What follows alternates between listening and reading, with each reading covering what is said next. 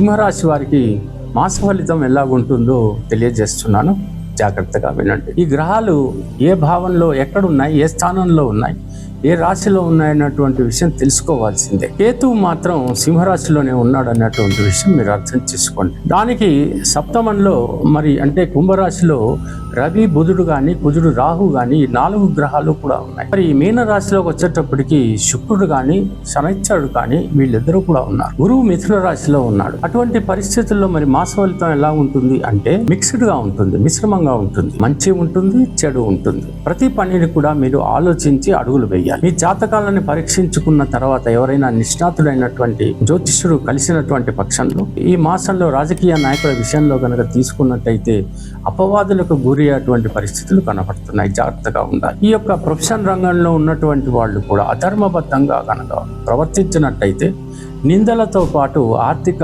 లోటు కూడా కలుగుతుంది. ఉద్యోగస్తులకి మాత్రం ఛాలెంజెస్ చాలా ఎక్కువగానే ఉంటాయి. అయినప్పటికీ కూడా ఓపికతో గనక మీరు మీ పనులు నిర్వర్తించినట్టయితే తప్పకుండా మీకు మంచి ఫలితం కలిగేటువంటి అవకాశాలు ఉంటాయి. ముఖ్యంగా నేను చెప్పాల్సినటువంటి విషయం ఏంటంటే చాలా ఓపికగా, ప్రశాంతంగా ప్రతి పని మీరు చేసుకుపోగలగాలి. అటువంటి పరిస్థితిలో మీకు వచ్చేటువంటి కష్టము, నష్టం ఏమాత్రము ఉండదు. ఆరోగ్యం కూడా బాగుంటుంది.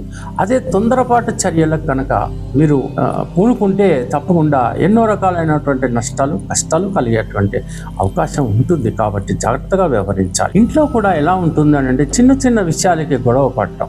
దంపతులు ఎప్పుడైతే గొడవ పడతారో ఇల్లు ఖచ్చితంగా ప్రశాంతంగా ఉండేటువంటి అవకాశం లేనే లేదు కదా. కాబట్టి పిల్లలు కూడా వాళ్ళు చదువుకోవటంలో డిస్టర్బెన్స్ వచ్చేసి ఫెయిల్ అయ్యేటువంటి అవకాశాలు ఉంటాయి. పెద్దలు కూడా అనారోగ్యంగా మారిపోతుంది, ఎందుకంటే మానసిక రుగ్మత ఏర్పడుతుంది. కాబట్టి సాధ్యమైనంత వరకు ఒకరినొకరు అర్థం చేసుకుని మూవ్ అయ్యేటువంటి పరిస్థితులు మీరు ఏర్పాటు చేసుకోవాలి.